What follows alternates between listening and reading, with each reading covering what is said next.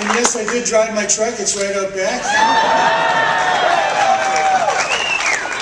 And during my campaign, I was called the longest of long shots. Didn't have a chance, and it was a 1 in a million. I would say it was more like 1 in 10 million. And no one thought we could do it, but we in fact did do it. And it was a result of the hard work and determination by many people, not only in Massachusetts but throughout the country, who were basically unhappy with the way things were going, not only in the Commonwealth of Massachusetts but in Washington. And we won because the people across this nation really were tired with politics as usual, not only on Beacon Hill but in Capitol Hill. They felt, and I felt during the campaign, that the system was broken, that we could do better. And that's, I think, one of the main reasons I was elected. And as you know, the partisan gridlock, it's been evident for many, many years. And it's the same, once again, in Beacon Hill, and it's the same in Capitol Hill, and maybe the same in a lot of your state legislatures. And, you know, I'm tired, and I know the people of my state and throughout the country are tired at the lack of transparency, the behind-the-scenes backroom deals, and trying to push through, in particular, you know, a health care plan that, in my instance, was really not good for my state. Because in my state, we have coverage, we have 98% of the people covered, and we need to get a handle on costs. But the biggest concern that I had is, and I think many of you have, and the people throughout the country seem to be indicating to us all, is that they want transparency. They want above-the-board transactions. They do not want the carve-outs and the special interest payoffs. They want something that's transparent, that accomplishes a goal without, you know, cutting taxes. I'm sorry, cutting Medicare $500 billion, raising taxes, putting, you know, prohibitions on certain type of coverages. And so what are they going to do? Instead of doing it that way, they're going to try potentially, you know, what I consider political chicanery, parliamentary maneuvering, to use something called reconciliation. Now, when I go home, when I talk to people about what reconciliation is, they say, well, that's usually something you do when you're having a fight with your spouse. You know, I have to say, no, that's not true. It's actually something that they can do to ram something through that's not very popular. And yes, they've used it before up here. Of course they've used reconciliation. But never, ever in something that is as big as this, where you're going to basically ram through something that is really unpopular, it appears, but clearly not good for the people in my state. And really, I don't think the way we should do things. I was sent here in a message almost to the administration and to the people up in Capitol Hill that, you know, the American people expect us to do better.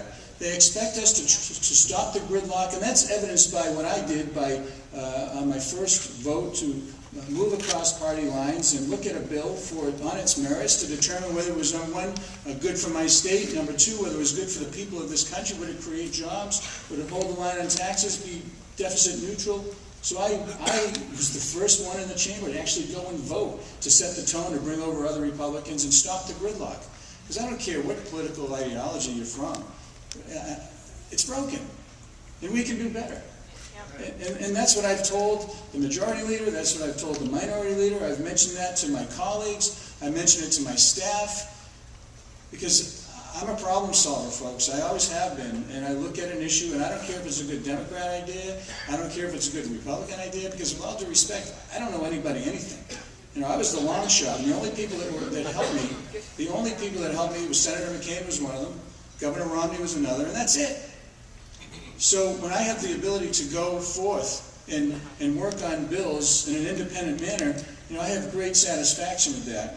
And I'm hoping that the message is going to be heard and continue to be heard, because right now the health care plan they're pushing in particular, and the way they're trying to do it, is wrong.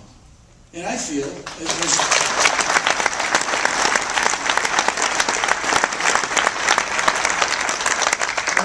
as the newest member, obviously, of the United States Senate, that we can do better, and the administration can do better. And, you know, they say, you know, we have to do it now. Well, with all due respect, what we need to do now is create jobs.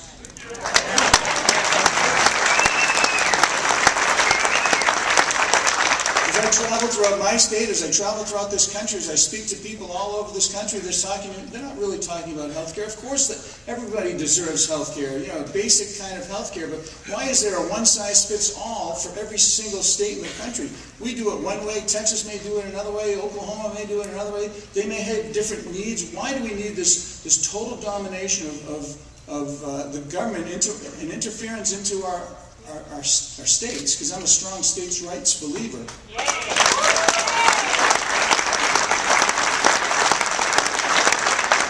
And we should try to work in a bipartisan manner, a truly bipartisan manner, as we have done with many other changes, whether it's civil rights, Social Security. Those are true bipartisan, 73, 75 votes. Right now, if they try to use reconciliation and ram this thing through, I really think it's going to be problematic for the next go-around, the next few years, because the spirit that I tried to put forth in terms of cooperation and getting the job done and problem solving and reaching across aisles, I have a fear that that'll be short-lived if we try to use what I consider, and it's a new term maybe up here in Washington, but back home it's pretty well used, political chicanery.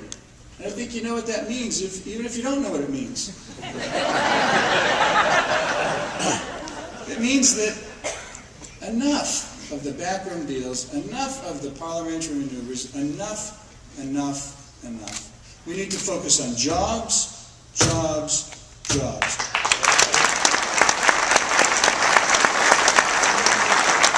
And healthcare is jobs. Healthcare in my state is jobs. We have some of the best hospitals, doctors, nurses, research facilities in the world in Massachusetts. That's why people come to our great state for coverages. And I have always felt that we can do better, the people deserve better, and it's not too late. It's not too late to make that change and to work to get the best possible plans for the individual states as to what they need. So I am the newest United States Senator, and as a result of that, I have very little staff. Our office is in transition. I could work literally every single day, as I'm doing, and not sleep, which I'm doing, and start to get caught up, which we're finally starting to get caught up a little bit. So I want to just say that I have to get back for committee hearings that start up today and get my staff cracking to help solve the problems of this great land. And I want to thank all of you for your courtesy and your nice warm welcome. Thank you very much.